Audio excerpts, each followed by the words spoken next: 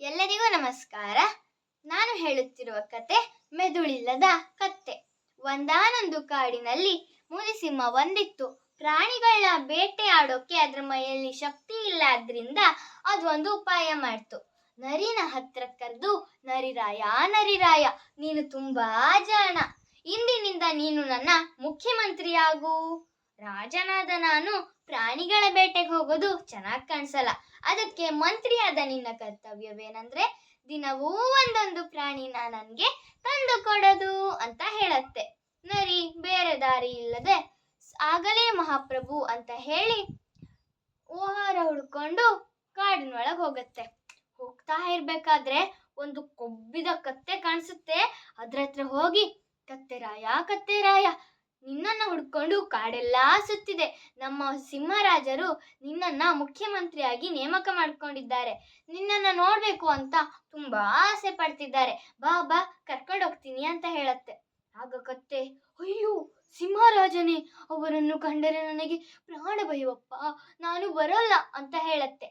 ಭಾಗ್ಯದ ಲಕ್ಷ್ಮಿ ಬಾಗಿಲಿಗೆ ಬಂದಿರುವಾಗ ಯಾರಾದ್ರೂ ಒದಿತಾರೇನಯ್ಯ, ಬಾ ಬಾ ನಾನ್ ಕರ್ಕೊಂಡು ಹೋಗ್ತೀನಿ ಅಂತ ಬುದ್ಧಿವಂತಿಕೆಯಿಂದ ಅದನ್ನ ಕರ್ಕೊಂಡು ಹೋಗುತ್ತೆ.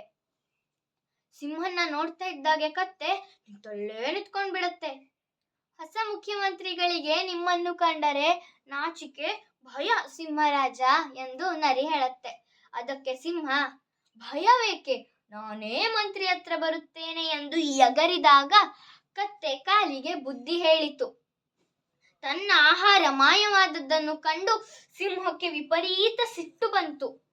ನರಿ ಮತ್ತೊಮ್ಮೆ ಆ ಕತ್ತೆನ ಹುಡ್ಕೊಂಡು ಕಾಡಿನೊಳಗೆ ಹೋಯ್ತು. ಹೋಗ್ತಾ ಇರ್ಬೇಕಾದ್ರೆ ಮತ್ತೆ ಆ ಕತ್ತೆ ಕಾಣಿಸುತ್ತೆ.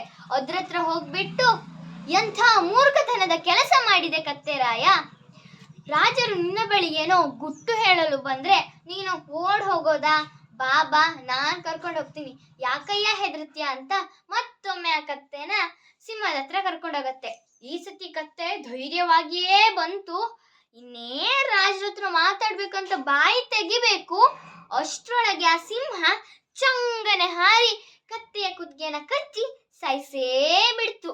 ಸಿಂಹಕ್ಕೆ ತುಂಬಾ ಹಸಿವಾಗಿದ್ರಿಂದ ಇನ್ನೇನ್ ಕತ್ತೆನ್ ತಿನ್ನಕ್ಕೆ ಸಿದ್ಧ ಆಗ್ಬೇಕು.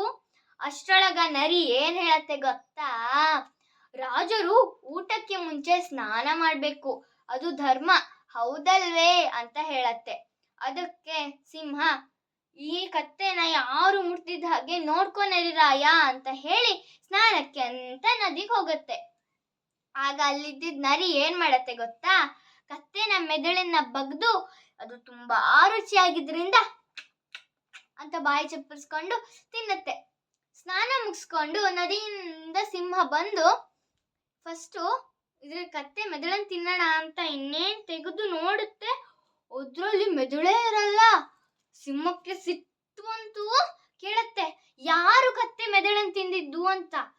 ಅದಕ್ಕೆ ನರಿ ವಿನೀತವಾಗಿ ಮೆಲ್ಲನೆ ಹೇಳತ್ತೆ, ಕತ್ತೆಗೆ ಮೆದುಳಿಲ್ಲ ಮಹಾರಾಜರೇ, ಆಸಕ್ತಿ ನಿಮಗೆ ಗೊತ್ತಿಲ್ವೇ, ಅದಕ್ಕೆ ಮೆದುಳಿದ್ದಿದ್ರೆ ಅದು 2ನೇ ಬಾರಿ ನಿಮ್ಮ ಹತ್ರ ಬರ್ತಿತ್ತಾ ಅಂತ ಬುದ್ಧಿವಂತಿಕೆಯಿಂದ ಕೇಳತ್ತೆ. ಅದಕ್ಕೆ ಸಿಂಹ, ಹೌದಲ್ವಾ, ಇಲ್ದ್ರೆ ಅದು 2 ಸರ್ತಿ ಬರ್ತಿತ್ತ ನನ್ನ ಹತ್ರ, ಹೋಗ್ಲಿ ಬಿಡು, ಅದಕ್ಕೆ ಮೆದುಳಿಲ್ಲ, ಉಳಿದಿದ್ದ ಮಾಂಸನೆಲ್ಲ ನಾನು ತಿಂತೀನಿ ಅಂತ ತಿನ್ಬಿಡುತ್ತೆ. ಇದರಿಂದ ಬರೋ ನೀತಿ, ಉಪಾಯ ಬಲ್ಲವನಿಗೆ ಅಪಾಯವಿಲ್ಲ. ಧನ್ಯವಾದಗಳು.